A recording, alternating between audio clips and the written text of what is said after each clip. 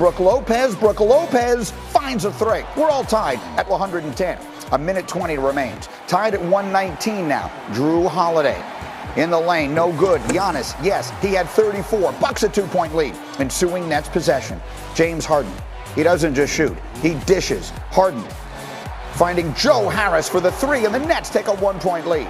Back come the Bucks. A minute to play. Same score. Chris Middleton. Yes, Bucks take the lead back. Good game. Nets get it back. 45 seconds remaining. Durant probing, kicking. Harden, no good. But he gets his own rebound, and he finds Kevin Durant. How pretty is that? Durant drills the three. Durant 30 points, 9 boards, 6 assists. Just over 10 to play. Nets leading by 2. Looking to seal the win. Durant, oh, it's poked away. Durant turns it over. Bucks get a chance. Down by 2. 3.8 seconds to go. Where are you going for a game-winning bucket? In they go to Middleton. Middleton contested.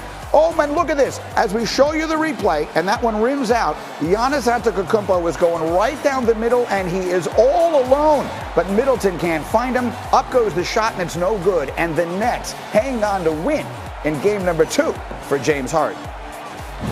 We were young in Oklahoma City. You know, we're grown men now. You know what we want. We really know the game of basketball now. You know, we're not those young guys that just run around and want to just shoot and dunk all day. We know the games, we know spots, we know, teams plays. We're more advanced. Pretty much seen every defense, every offensive scheme. We done been in every type of game, playoffs, game 7s, so we done been through a lot in this league, experienced a lot. And for us to bring it together now and combine what we've learned over this time and try to play great basketball, I think it was pretty seamless for us. So this is the stat of the day. Harden and Durant have combined for 138 points in their first 2 games together in Brooklyn. It's the second most combined points. And for teammates in their first 2 games with a franchise in NBA history, only Wilt Chamberlain and York Larisi had more. By the way, Larisi had a combined total of 12 of those points. Wilt had the rest. All right, let's bring Tim Legler into the conversation here because it is fascinating to watch them, and they don't even have Kyrie yet. So, Legs, I know you have a little tape on the new look Nets. What are you seeing? Yeah, well, look, James Harden and Kevin Durant, this might be the greatest pairing of just raw offensive talent that this league has ever seen. And what James Harden does is he occupies guys. I think he, Steph Curry, and LeBron James are the 3 guys that get defenses to occupy multiple defenders more than anybody else. Here's an example from just last night. James Harden occupies 2 guys at half court on a simple ball screen because you're that worried about him. Joe Harris just runs to the open spot and hits it. This one fascinates me because it's early offense. You have 4 defenders rotate to that side of the floor, and all eyes are on him. You lose sight of Kevin Durant, who gets the easy one. And in here, his ability to just beat his individual matchup, in this case, is Drew Holiday, one of the best defenders in the league. And he leaves him in his rearview mirror. Now he's in the lane.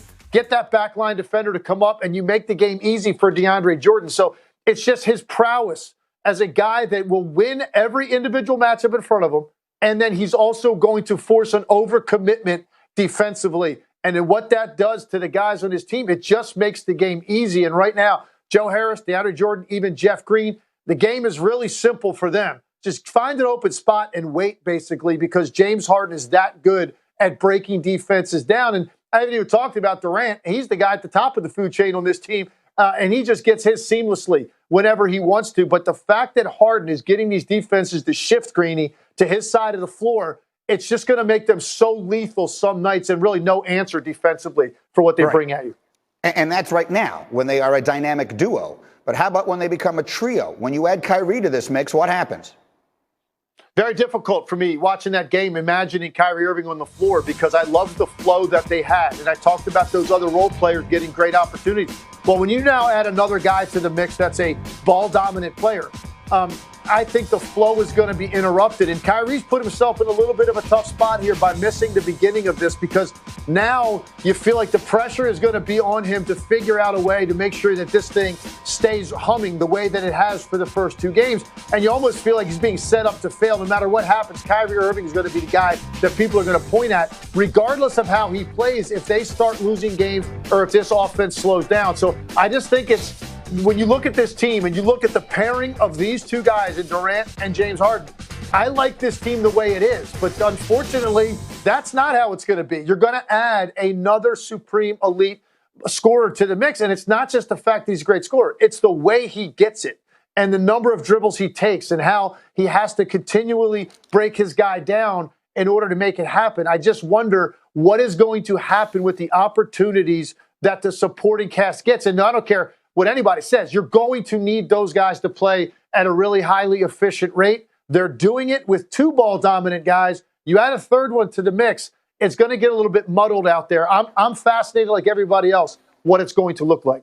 They are going to be and remain the most interesting team in the NBA, however it goes. Legs outstanding. By 23, their largest win of the season. Kyle Lowry, efficient, 9 of 12 shooting, 23 points, 1 shy of his season high.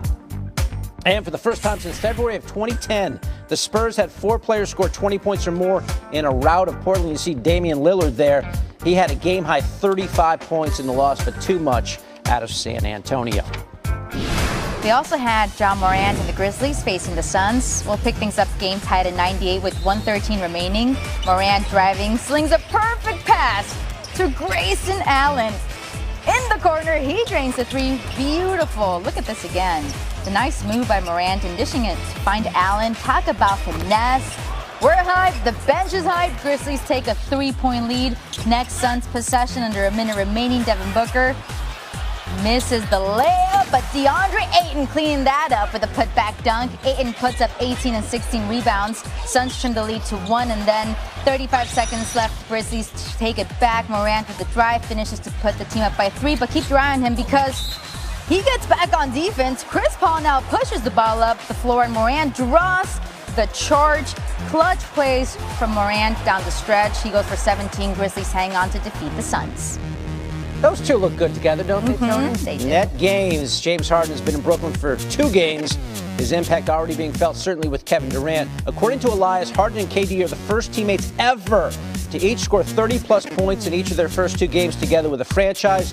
They've also increased the team's overall offensive efficiency and have scored or assisted on 84% of the Nets' points in the 2 games. All right, let's bring in Tim Legler to talk about this. Legs, Brooklyn 2-0 with Harden in the lineup.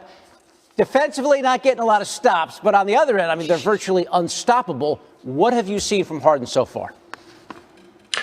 Well, look, this guy's ability to just occupy so many defenders is going to make the game so easy for his teammates. He's just a guy that passively can attack at any point and win his matchup. So when he beats his matchup and he draws multiple defenders to him, he simplifies the game for other people. I'll show you some great examples of this in the game last night. An opportunity here to switch. If you're defensively, you have 2 guards involved in a pick and roll, just switch that. But because it's James Harden, you get 2 defenders to linger near half court, and now Harris just runs to the open spot. It's an easy pass and catch and knocks down a 3-point shot. Here's another example. Transition, comes up the floor. Look at the way 4 players overload to his side of the court, and all eyes are on him, and that's going to lead to a Kevin Durant running free and get the easiest bucket he'll get all season. And then finally, I talked about him winning his individual matchup, and this is against Drew Holiday. He's one of the best perimeter defenders in the NBA, and Harden just puts him in his rearview mirror, gets downhill, draws the backline defender, and makes the game easy for DeAndre Jordan.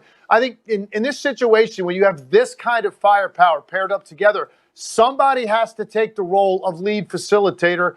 It's going to be James Harden. Kevin Durant isn't worried about his flow being interrupted because he's just too talented and it comes too easy for him as a scorer. But James Harden is the guy that's going to have to set the table for people. And in the first 2 games, it's exactly what he's done. He knows he'll get his points and he'll get his buckets, but he has to make sure that those other role players get their opportunities, and that's what James Harden has done through 2 games. And at times, like you said, David, this offense is unguardable when you have 2 of the best offensive players who have ever played in this league out there at the same time. Man, good luck defensively trying to come up with a game plan to slow it down. Okay, all good for the first 2 with Harden and Durant, but now you insert Kyrie into the lineup. He's expected to be back for tomorrow night's game against the Cavs. Legs, you know the histories, you know the skill sets of these guys. How do you think it's going to work with 3 alpha scorers on the floor at the same time?